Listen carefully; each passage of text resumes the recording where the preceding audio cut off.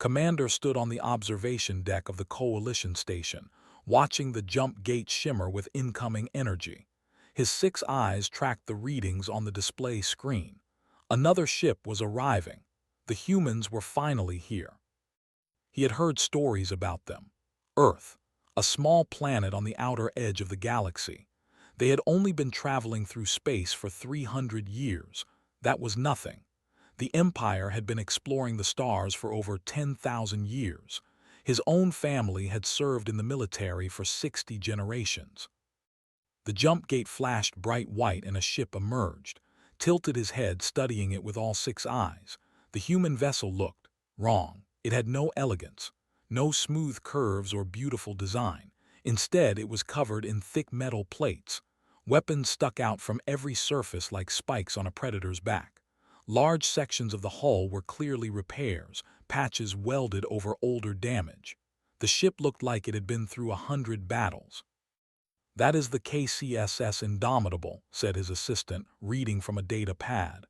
"Human classification, heavy cruiser, age 47 years, battle record extensive." Clicked his mandibles together, a sign of disapproval among his people. 47 years was ancient for a warship. Most vessels were retired after 20. This ship should be in a scrapyard, not joining a military operation.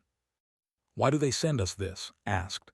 "We face the Devourers. We need the best ships, the technology." His assistant said nothing.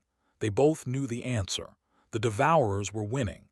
The Machine Collective had consumed 17 star systems in the past year alone. Every species in the galaxy was desperate. Even help from primitive humans was better than nothing. The communication system beeped. Human delegation requesting permission to dock. Sighed, grant them permission. 2 hours later, waited in the strategy room. Around the circular table sat representatives from a dozen species, though with their hard exoskeletons and multiple eyes, the floating in tanks of liquid, the massive and covered in thick fur. All of them were warriors. All of them had evolved on worlds where survival meant being strong, being smart, being ready to fight. The door opened. 3 humans walked in. The first was tall for his species, with dark hair cut very short. His skin was tan and he had a scar running down his left cheek. He wore a uniform that was neat but showed signs of wear. "Captain," he said, introducing himself. His voice was calm and steady. Behind him came a woman with sharp eyes and black hair pulled back tight. "Lieutenant." She nodded to the room but did not smile. The third was shorter, built with heavy muscle. "Sergeant Jin." He did smile, showing white teeth, found the expression disturbing. Among his people, showing teeth was a threat. "Please sit," said, gesturing to empty chairs. The humans sat. Captain folded his hands on the table, noticed scars on the man's knuckles, old scars, many of them. "Thank you for coming," began. "We are grateful for any help against the Devourers." "We're here to fight," said simply. Activated the holographic display. A star system appeared in the air above the table. "This is Helios 7. It has 3 mining colonies, 2 million civilians. The Devourers will attack within the week. Intelligence suggests they will send a moderate force, perhaps 200 ships." The other commanders around the table shifted uncomfortably. 200 was not moderate. It was barely manageable. "Our strategy is standard defensive protocol," continued. "We form a sphere around the colonies. We link our shields together for maximum protection. The Devourers will attack. We hold position and target their power cores. After 6 to 8 hours, their energy will deplete. Then we counterattack and drive them away." He looked around the table. Every commander nodded. This was how battles were fought. This was how wars were won. Patience, defense, calculated strikes. Questions asked. Captain raised one hand. Rules of engagement. Standard coalition rules. Protect civilian infrastructure. Minimize damage to the colonies. Focus on disabling enemy vessels rather than destroying them when possible. Nodded slowly. Understood, will keep the damage minimal. Something in the way he said it made uncomfortable, but he continued with the briefing, explaining fleet positions, communication protocols, and emergency procedures. The humans listened quietly. They asked few questions. They took no notes. "The human vessel will take position on the right flank," said, pointing to the hologram. "You will integrate your shields with the battle cruiser on your left and the carrier on your right." "No," said. The room went silent. No one refused a direct tactical order. "Excuse me," said. "We don't link shields with other ships," explained. "Our systems aren't compatible. We'll hold our position, but we operate independently. That will create a gap in our defensive sphere." "We'll manage," Lieutenant said. Her voice was flat, matter-of-fact. Wanted to argue, but what choice did he have? He needed every ship. "Very well, but you will hold position. You will not break formation. The defensive sphere must remain intact." "Of course," said, but again something in his tone bothered. The briefing ended. The other commanders left, talking among themselves.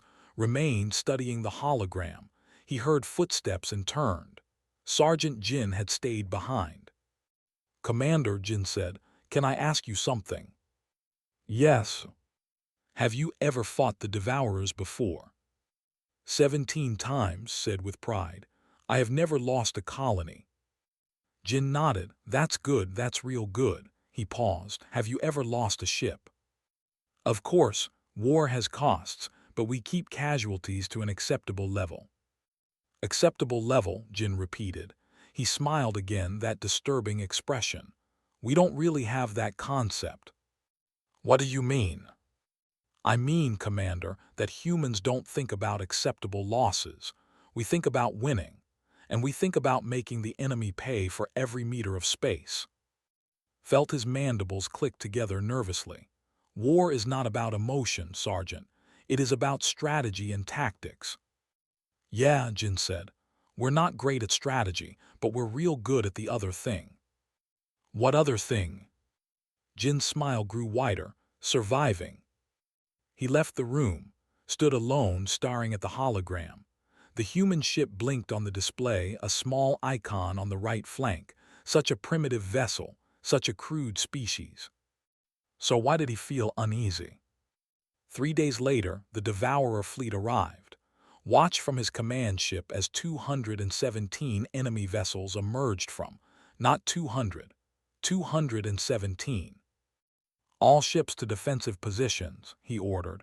"Link shields, prepare for sustained engagement."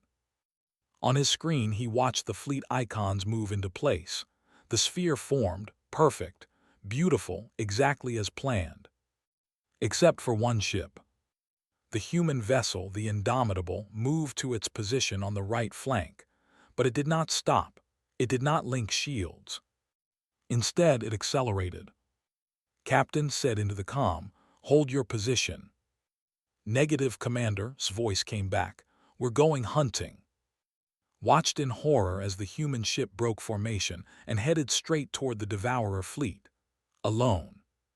"Captain, return to formation immediately. That is a direct order." But the human ship kept going, moving faster and faster. On screen, he could see the Indomitable's weapons coming online. All of them. Every weapon system the ship had. "Engaging the enemy," said calmly. "See you on the other side, Commander." The human ship entered the Devourer formation and opened fire. The battle had begun. And realized he had no idea what humans were truly capable of. The Devourers moved like a swarm of insects, their black ships blotting out the stars. 217 vessels, all controlled by a single machine intelligence. No emotions, no fear, just cold calculation and the desire to consume. Stood on his command deck, watching the tactical display. The coalition fleet held its defensive sphere around the colonies. Shields linked together, creating a wall of energy. This was how battles were fought. This was how victories were won. Except one ship had broken formation. "Status on the human vessel," demanded. His tactical officer's voice shook. "Commander, there. there in the middle of the enemy formation. On the main screen, watched the indomitable charge into the Devourer swarm. 50 enemy ships surrounded it. Any rational commander would retreat. Any sane species would realize this was suicide. The humans opened fire. Had seen many weapons in his 40 years of service. Plasma cannons that could melt through armor. Laser arrays that could cut ships in half. Missile systems that released clouds of explosive death. But he had never seen anything like this. The human ship fired everything at once. Every weapon, every gun, every missile launcher. The Indomitable became a ball of light and fire. Missiles streaked out in hundreds, leaving white trails across space. Large projectiles, solid metal slugs, shot from rail guns at incredible speeds. Energy beams meant for destroying fortresses poured into light cruisers. "What are they doing?" whispered. "They're not targeting power cores," his tactical officer said. "They're not trying to disable, they're just destroying." A Devourer cruiser exploded, then another, then 3 more in rapid succession. The human ship was covered in its own weapons fire, smoke and flame pouring from its hull, but it kept shooting. "Incoming transmission from the human ship," the communications officer said. "Put it through." Lieutenant's face appeared on screen. She stood on what looked like a command deck, but it was chaos behind her. Crew members ran past. Sparks fell from damaged systems. An alarm blared in the background. "Commander," she said calmly, "we're breaching the enemy vessels, boarding teams away." Boarding teams couldn't believe what he heard. "You cannot board a Devourer ship. They are machines. There is no atmosphere, no gravity, nothing to breathe." Smiled, it was not a happy smile. "We brought our own air." On the tactical display, saw small icons separating from the Indomitable. Assault shuttles. They flew directly into the explosions and fire, heading for damaged Devourer vessels. "This is insane," said. "Pull them back." "Can't do that," Commander said. "We're committed now." The screen went dark as the transmission cut. Stared at the tactical display. The human ship was deep in enemy territory, surrounded by Devourers. It should be destroyed by now. Its shields should have failed. Its hull should have been torn apart. Instead, it was still moving, still shooting. "Commander, the Devourers are engaging our defensive sphere," his tactical officer reported. Forced himself to focus on the main battle. The enemy swarm had reached the coalition fleet. Energy blasts hammered against the linked shields. The defensive sphere held. Everything was going according to plan. Except the plan assumed all ships would be in formation. "Status on the right flank?" asked. "Holding. The battle cruiser is compensating for the gap left by the human vessel." On the screen, watched his fleet do what it did best. Hold position. Absorb damage. Wait for the enemy to exhaust their power. It was working. The Devourers could not break through the shields. But something was happening in the enemy formation. 3 Devourer ships suddenly turned and started firing on their own forces. "What is happening?" demanded. His tactical officer checked the readings. "Commander, those 3 ships, their control systems have been compromised. Someone is controlling them from the inside." The boarding teams. The humans had actually done it. They had boarded enemy vessels and taken control. More Devourer ships turned against their own. 5, 10, 15. The enemy formation began to collapse into chaos as ship after ship fell under human control. "This is impossible," said. "The Devourers have security systems, firewalls. No organic species can hack their systems fast enough." "Then they're not hacking," his tactical officer said quietly. "They're taking physical control, ripping out systems and replacing them." On the main screen, zoomed in on one of the compromised Devourer ships. Through a hole in its hull, he could see movement. Human soldiers in bulky armor working in the vacuum of space. They moved fast, too fast. One of them held a cutting torch, slicing through metal. Another carried what looked like explosives. A Devourer defense drone appeared, a spider-like machine with plasma cutters for legs. It attacked the nearest human.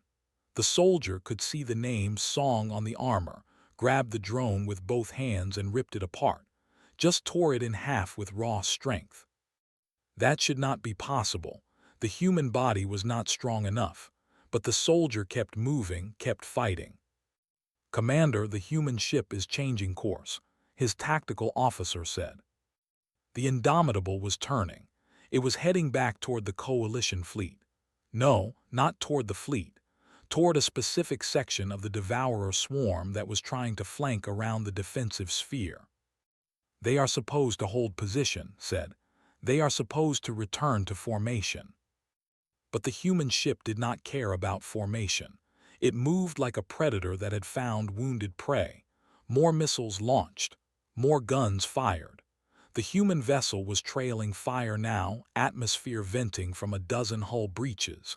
Its armor was melted in places. It had to be critically damaged. It accelerated.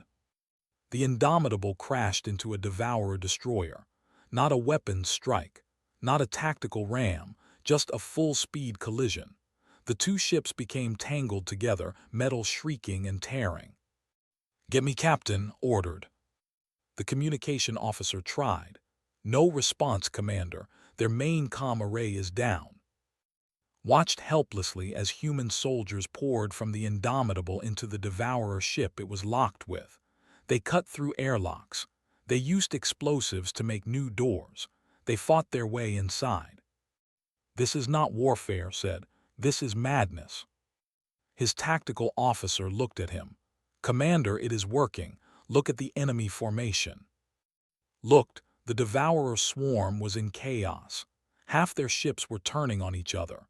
The other half were trying to pull back, to reorganize. The machine intelligence that controlled them was confused. It had never faced an enemy like this. The Coalition defensive sphere began to advance. Slowly, carefully, following doctrine. But ahead of them, the human ship was already deep in enemy territory. Could see escape pods launching from the Indomitable now. The ship was dying. It had to be. No vessel could take that much damage and survive. Except the pods were not fleeing. They were heading toward more Devourer ships. "Are those pods armed?" asked. "Yes, Commander," his tactical officer said.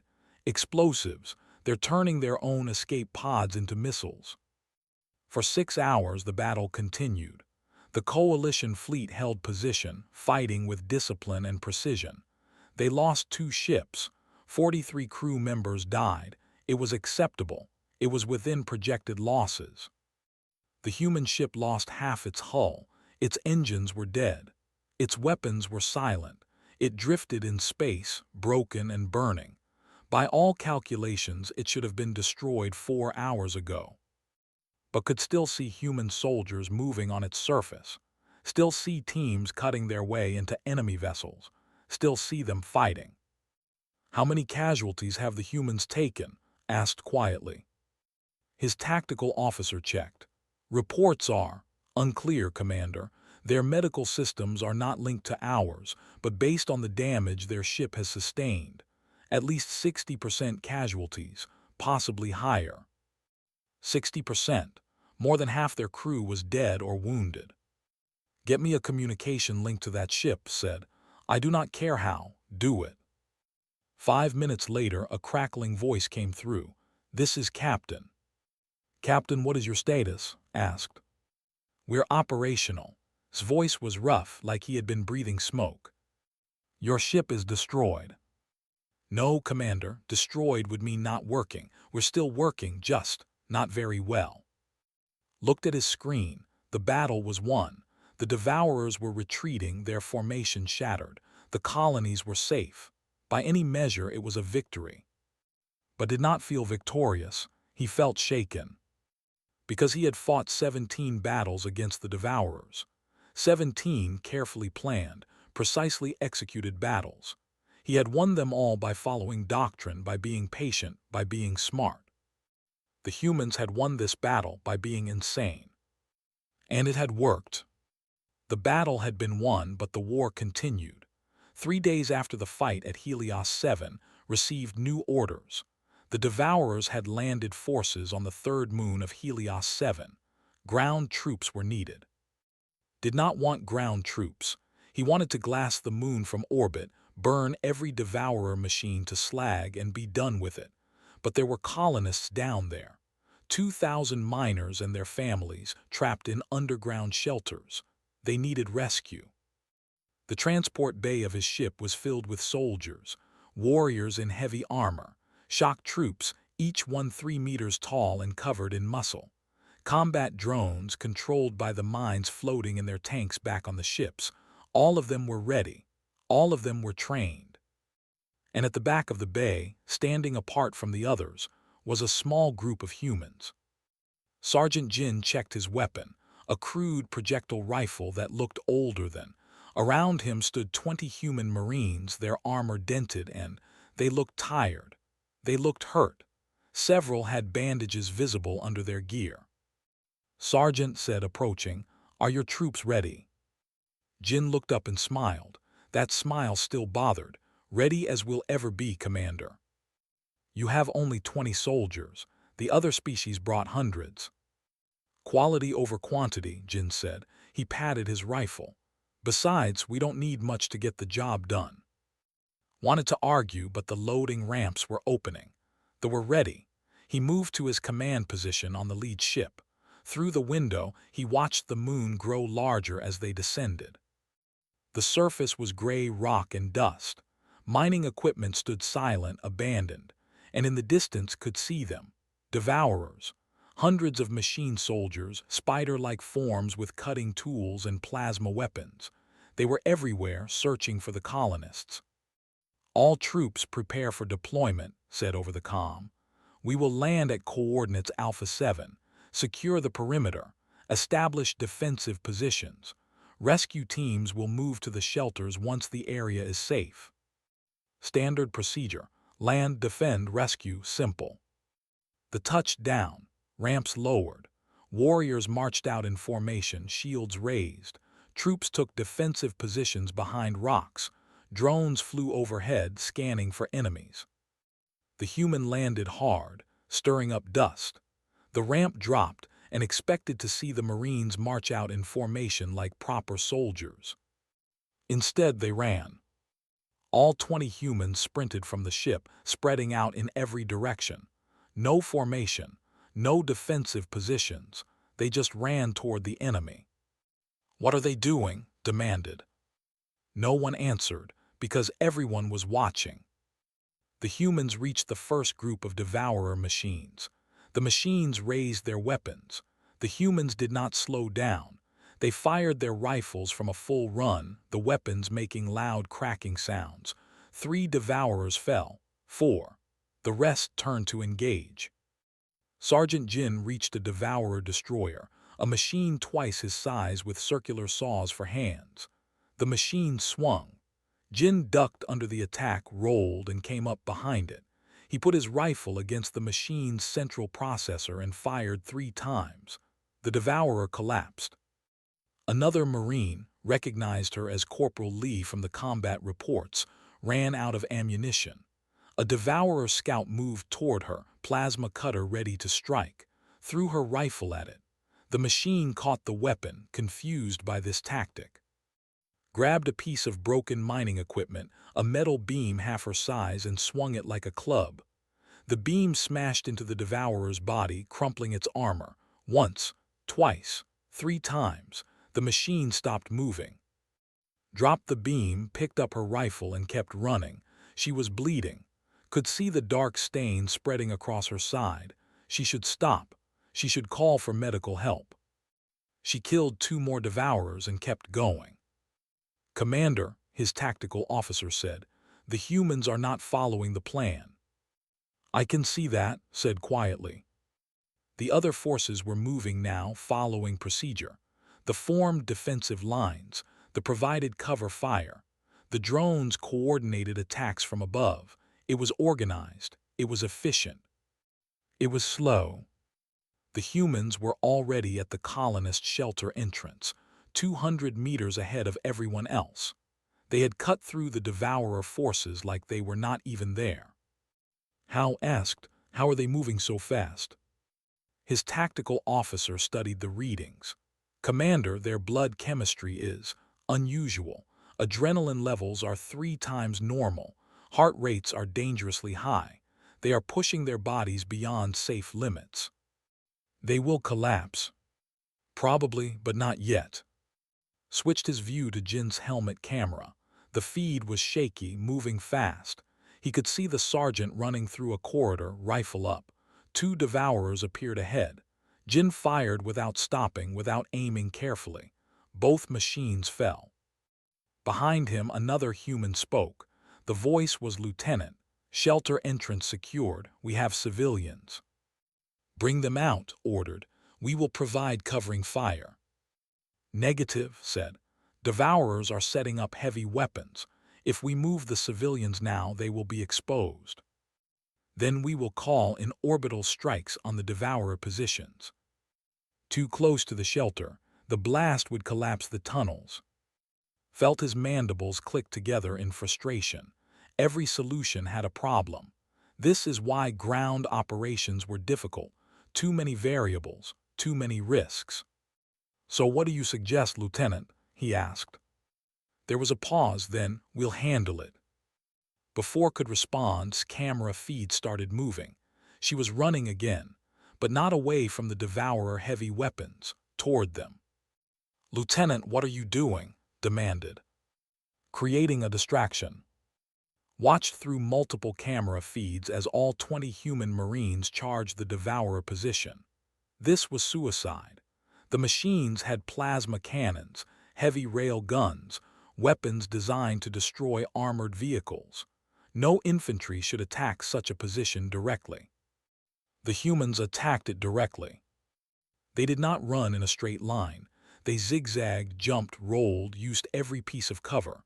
The devourers fired, plasma bolts turning rock to glass. The humans kept coming. 3 went down, 4. The others did not stop. Jin reached the first cannon. He planted an explosive charge on its base and dove away. The explosion tore the weapon apart. Lee climbed onto a second cannon while it was still firing. She opened a panel on its side and started ripping out cables with her bare hands. Electricity arced across her armor. She did not let go. The cannon stopped firing, collapsed off the side, hitting the ground hard. "Marine down," someone called. "I'm good," voice came back. She stood up. Her armor was blackened from the electricity. She picked up her rifle. "I'm good." She was not good, could see her limping, but she kept moving. The remaining humans reached the heavy weapons position. For 2 minutes it was chaos, explosions, gunfire, screaming. Could barely follow what was happening through the camera feeds. Then it went quiet. "Position secured," Jin reported. His voice was rough, breathing heavy. "Civilians can move now." Ordered the evacuation. The enforcers moved the colonists to the 2,000 people, carried to safety while the human Marines held the perimeter. Went down to the surface himself. He needed to see. He needed to understand. He found the human Marines gathered near there. 16 of them were left. 4 had died. Most of the survivors were wounded. A medic was working on Lee, sealing the wound in her side. "That was reckless," said to Jin. "You could have all been killed." Jin sat on a rock, drinking water from a canteen. "Could have," he agreed. "Wasn't though." "You lost 4 soldiers." "Yeah," Jin's face was sad for a moment. "Better than losing 2,000 civilians." "There were tactical options. We could have waited for reinforcements. We could have used siege weapons." "And how many colonists would have died while we waited?" Jin asked. He stood up, facing. "Commander, I respect your tactics. I do. They work for you, but humans, we think different. We see people in danger. We don't wait. We don't calculate acceptable losses. We just go." Looked at the 16 tired, wounded humans. Why risk so much?"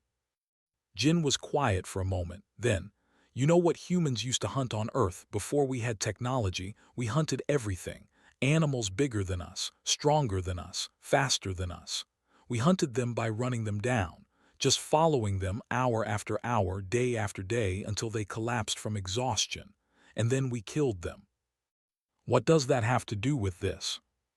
Means we are very, very good at not stopping, at pushing through pain and fear and exhaustion, at keeping going when any sane species would quit. Jin smiled. The devourers are machines. They can't get tired, but we can make them think we're machines too. Machines that bleed but don't stop. Machines that scream but keep fighting. Lieutenant walked over. Her armor was scorched and she was missing her helmet. Commander, permission to return to our ship. Granted, paused. Lieutenant, what you did today was brave, reckless but brave. Thank you, sir. She turned to go, then stopped. Oh, and Commander, next time you plan a ground operation, give us better intel. We like to know what we're walking into. You knew exactly what you were walking into, said. Heavy weapons, superior numbers, defensive positions. Smiled, right. So like I said, better intel. We need to know if there's anything actually dangerous. She walked away, leaving standing in the gray dust of the moon. Something dangerous. They had just fought machines designed to kill organic life. They had lost 4 soldiers. 4 humans had died today. And the survivors did not think it was dangerous. Returned to his ship, he sat in his command chair and wrote his report. Colonists saved. Devourer forces eliminated. Mission success. But he left out part of it. He did not write about how the humans fought, how they moved, how they did not stop. Because he did not know how to explain it.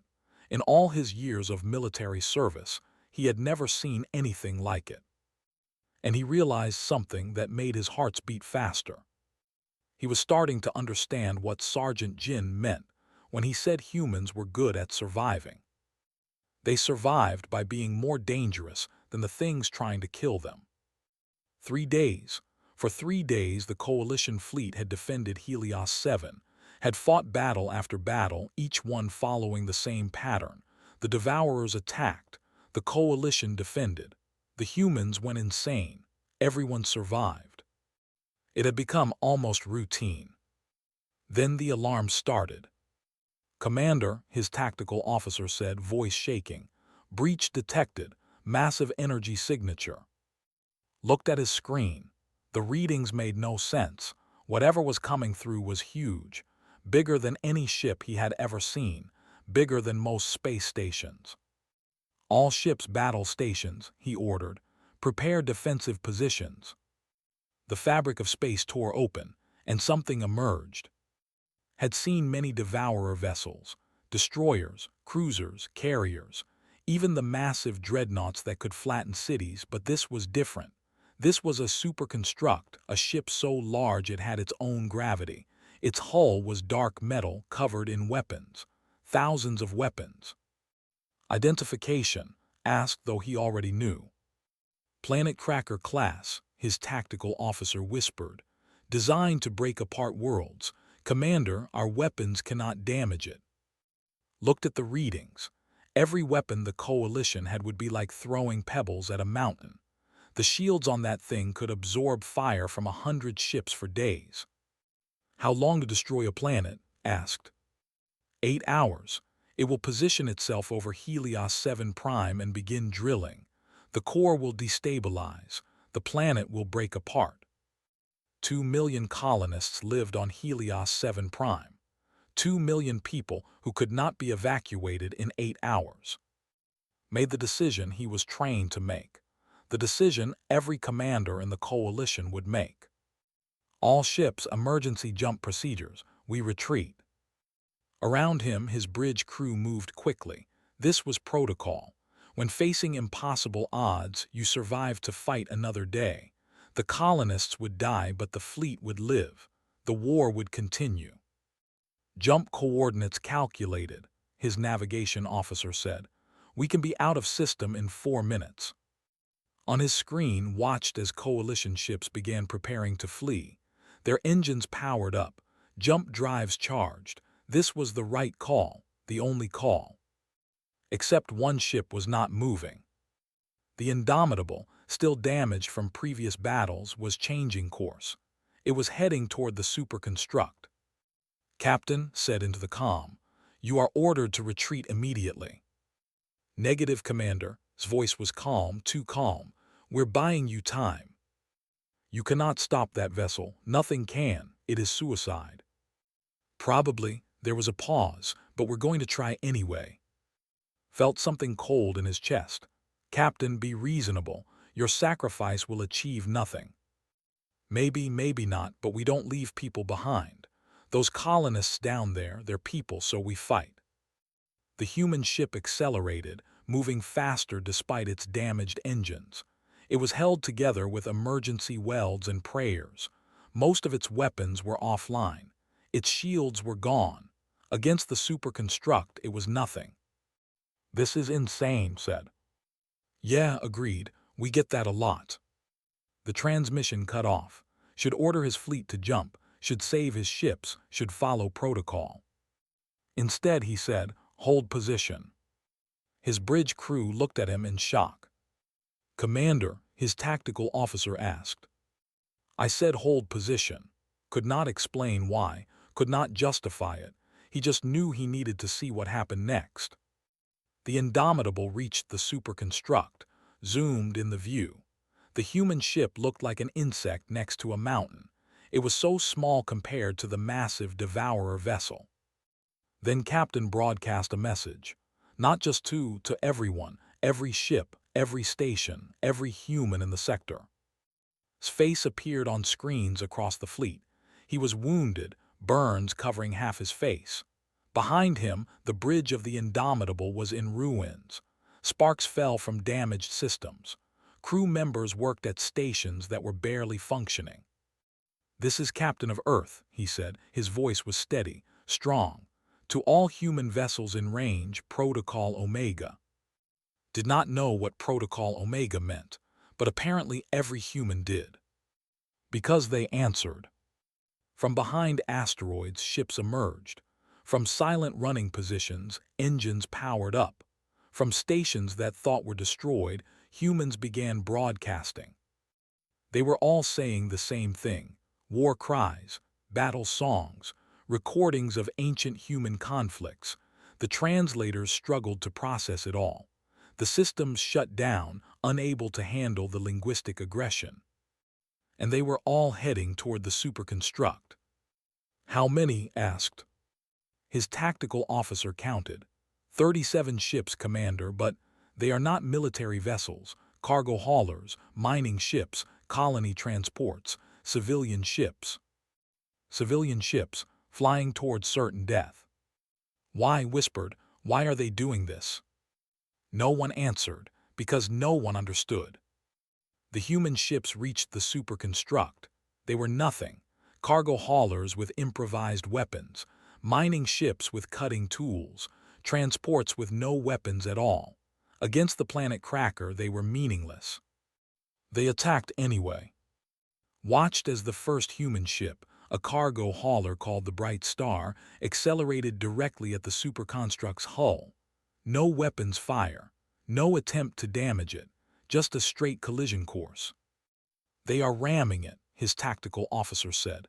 "Commander, they are deliberately ramming it." The Bright Star hit the superconstruct at full speed. For a moment, nothing happened. Then the cargo ship exploded. Not just exploded, detonated its entire reactor core on impact. The blast was massive, bright enough to Hertz's eyes. A tiny crater appeared on the superconstruct's hull, just a tiny crater. The planet Cracker did not even slow down. But another ship was already coming, a mining vessel called Perseverance. It hit the same spot, detonated its reactor. The crater grew larger. Then another ship, and another, and another. The humans were doing it in sequence, one after another, each ship targeting the same location. Each reactor detonation made the crater deeper. "This is madness," said, but he could not look away. The Indomitable was coordinating them. Captain's voice came over the comm, directing ships to specific impact points. He was calm, professional, like he was directing a normal military operation, not ordering people to their deaths. 23 ships hit the superconstruct. 23 crews died. The crater was now deep enough to reach the inner hull. The planet cracker's weapons came online. It started firing at the remaining human ships, massive energy beams that could vaporize a cruiser in seconds. The humans did not run, they kept coming. A colony transport, the New Hope, dodged 3 weapon blasts. Its pilot was good, very good, but there was no way to avoid them all. A beam caught the ship's stern, melting through the engines. The ship did not stop. It used its remaining momentum to reach the crater. It crashed into the opening and detonated. The explosion went deep this time, through the armor, through the inner hull, into the superconstruct's internal systems. Saw something he had never seen before. The planet cracker shuddered, just slightly, but it shuddered. "Did that hurt it?" he asked. "Minimal damage," his tactical officer said, "but yes, they heard it." The remaining human ships kept coming, one by one, sacrificing themselves. Each explosion made the damage worse. The superconstruct started to list, its perfect trajectory disrupted. Captain's ship was the last one. The Indomitable, held together with welds and hope, accelerated toward the crater. By now, it was less a crater and more a hole punched through to the construct's core. Captain said into the comm, "Your crew, get them out, you have done enough." "Can't do that, Commander," sounded tired. "Someone has to make sure this works." "You will die." "Yeah, probably." There was a pause. "But 2 million people will live, that is a good trade." Wanted to argue, wanted to order the human to retreat, but he had no authority over, and even if he did, he knew it would not matter. The Indomitable reached the breach, but instead of crashing, it slowed. The ship positioned itself carefully, wedging into the hole. Could see human soldiers moving on its hull, attaching something to the superconstruct's exposed core. Explosives, massive amounts of explosives. "All coalition ships," Captain said calmly. "I suggest you get very far away in the next 60 seconds. Captain started. "It was good working with you, Commander. Sorry we could not follow protocol better," smiled on the screen. "Take care of my people." The transmission ended. Made his decision. All ships emergency jump now. His fleet jumped. The last thing saw was the Indomitable wedged deep in the superconstruct, surrounded by a cloud of human soldiers making final preparations. The Coalition fleet emerged in clear space, 2 light-years away, safe, alive. On the sensors saw Helios 7 system, saw the energy spike, saw the explosion. The superconstruct broke apart. Its core detonated from the inside, chain reactions tearing through its hull. The vessel that could crack planets was ripped to pieces. The Indomitable was gone. Captain was gone. 23 other human ships were gone. Hundreds of human lives ended in minutes. And 2 million colonists on Helios 7 Prime would see tomorrow. Sat in his command chair, staring at the empty space where the humans had been. His hands shook. All 6 of his eyes were wide.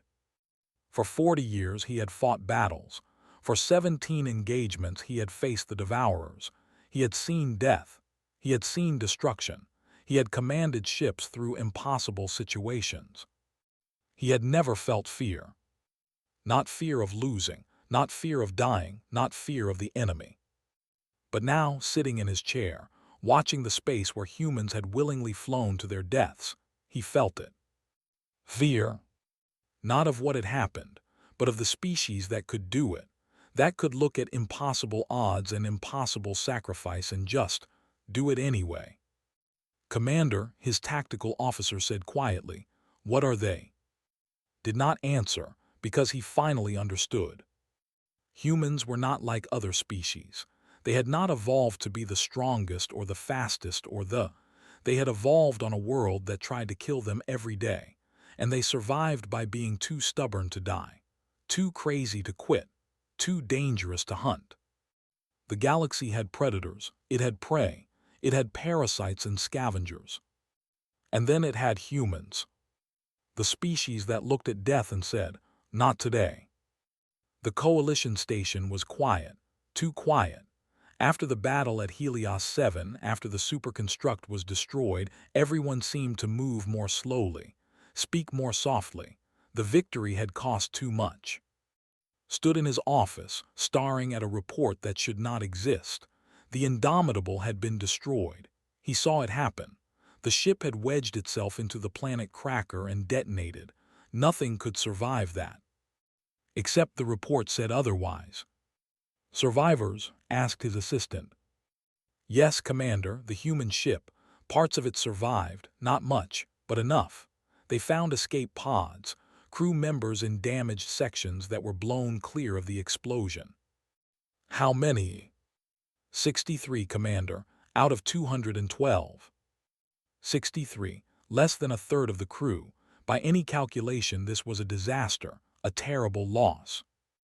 But 63 humans had lived through something that should have killed them all. "Where are they?" asked. "Medical Bay, Station 47. Went to see them. He had to. He did not know why, but he had to." The medical bay was chaos. Doctors from a dozen species worked on human patients. The beds were full. Some humans were unconscious, machines keeping them alive. Others sat up, talking, laughing. How could they laugh? They had just survived the impossible. Found Captain in a bed near the back. The human's face was bandaged. His right arm was in a cast. Tubes ran from his chest to machines that beeped steadily. He was awake, and he was arguing with a doctor. "I need to get back to my ship," said. "Your ship no longer exists," the doctor replied. "And you have 3 broken ribs, a collapsed lung, severe burns, and a concussion. You need rest." "I'll rest when I'm dead." "That can be arranged if you do not stay in this bed." Approached the captain. Looked over and tried to sit up, failed. "Commander, good to see you." "You should be dead," said. It came out more harshly than he intended. "Yeah, I get that a lot," smiled. It hurt him to smile, could see that, but he did it anyway. "How did you survive?" Shrugged with his good shoulder. "Luck, timing, stubbornness. We set the explosives on a timer, gave ourselves 90 seconds to get to the escape pods. Most of us made it." "Most?" 149 did not. Smile faded. 149 of my crew died down there, Commander. Good people, brave people. "They saved 2 million colonists," said quietly. "I know, doesn't make it hurt less." Looked at the ceiling. "But they knew what they were doing, every single one of them. When I called Protocol Omega, they knew it meant we probably were not coming back, and they came anyway." "What is Protocol Omega?" asked. "It is the last option, when everything else has failed, when people are going to die and there is only one way to stop it." Looked at. "It is the order that says, we will give everything to save them, no retreat, no surrender, all in." "That is suicide." "Sometimes, but sometimes we survive." Gestured around the medical bay. 63 of us walked away, that is 63 more than should have. Sat in the chair next to the bed. "I do not understand your species, Captain. You fought for 3 days. You lost half your ship. You lost most of your crew.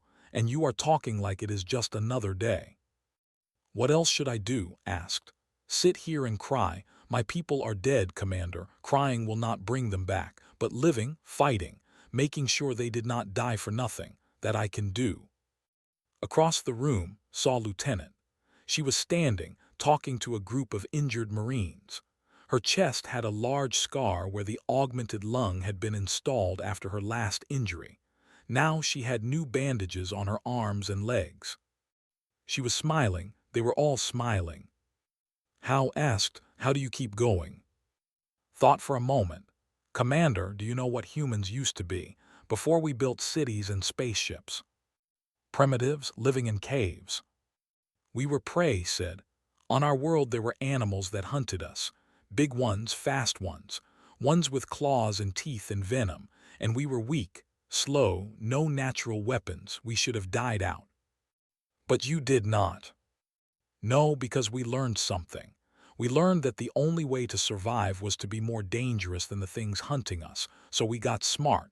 We made tools, we worked together, and we hunted back. Eyes were distant.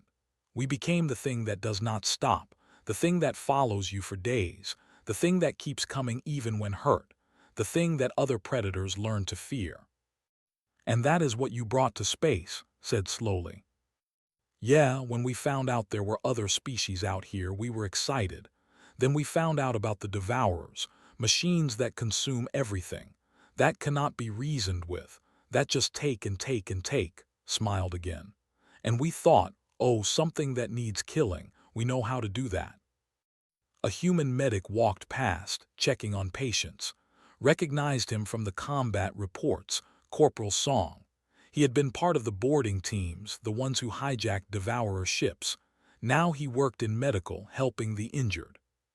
Your people said, they adapt. One day they are soldiers, the next day they are medics. We do what needs doing, said. That is the human way. Over the next week watched the survivors. He expected them to mourn, to be broken by what they had been through. Instead, they worked. The humans helped repair the station. They trained with other coalition soldiers. They told stories about their dead friends, laughing at memories. He found Sergeant Jin in the station bar, drinking with a group of soldiers. The massive aliens listened as Jin told a story about the battle on the third moon. And then she is completely out of bullets, right? Devourer coming at her.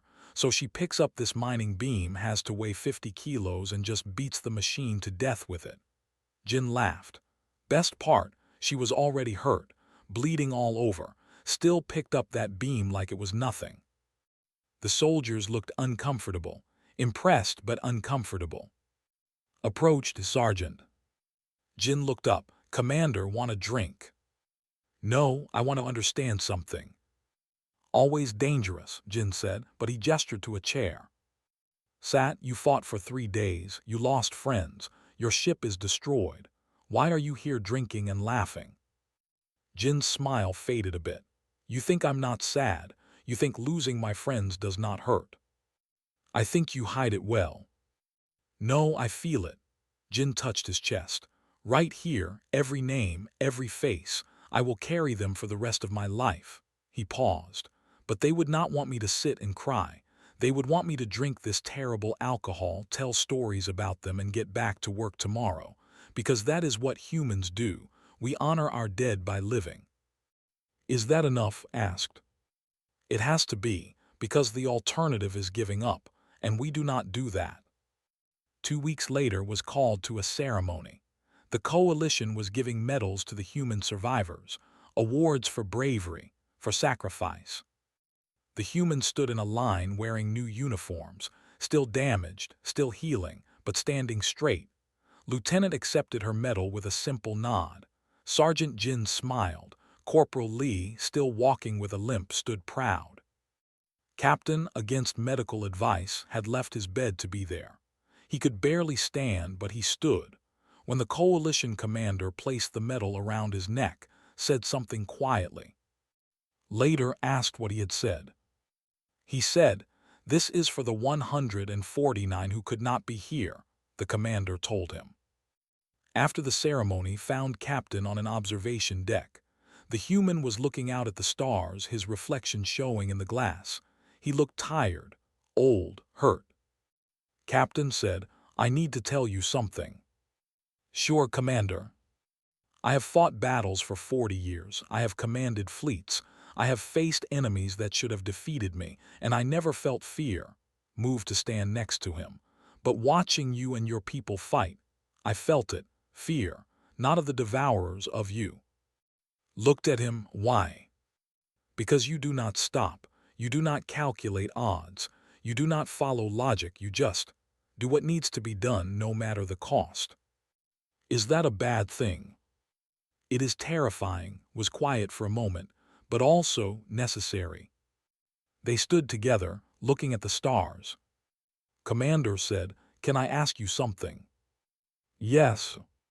"Why did you stay? When the super construct appeared, you could have retreated immediately, but you stayed and watched." "Thought about it. I do not know, I should have followed protocol, should have saved my fleet, but something made me stay." "You wanted to see if we would actually do it," said. "If we would really sacrifice ourselves." "Perhaps. And now you know we will. Does that change anything?" Looked at the human, at the bandages and scars, at the tired eyes that had seen too much. "Yes, it changes everything. Because the galaxy needs hunters, Captain. We need warriors who do not know when to quit, who look at impossible odds and try anyway." "Glad we can help," said quietly. "But it also means," continued, "that I will always be a little afraid of what you might do next." Laughed, it hurt him, could see, but he laughed anyway. "Good, fear keeps you sharp." Over the next 20 years would fight alongside humans in 46 more battles. He would watch them do impossible things. He would see them survive what should kill them. He would lose friends. He would gain respect. And he would never stop feeling that fear. That primal, ancient fear of the predator, because he had learned the truth about humans. They were prey once, on a world that tried to kill them, and they responded by becoming apex predators, by being more vicious, more stubborn, more relentless than anything that hunted them. They brought that to the stars, and the galaxy would never be the same. Because humanity had arrived, and humanity did not know how to surrender. The universe had spent billions of years evolving its horrors, its machines, its monsters. And then Earth sent its answer. Not the strongest, not the fastest, but the species that refused to die, that kept coming, that smiled with blood on their teeth and said, "Is that your best?" Wrote his final report years later, when he retired from active service.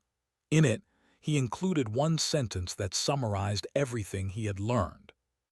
"If you fight humans, kill them all. Because if even one survives, they will come back, and they will bring friends." He never sent the report, because he realized the truth. No one would believe him anyway. Not until they saw it themselves.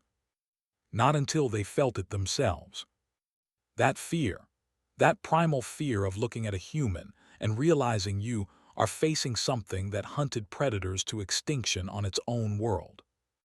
And now it was hunting in yours.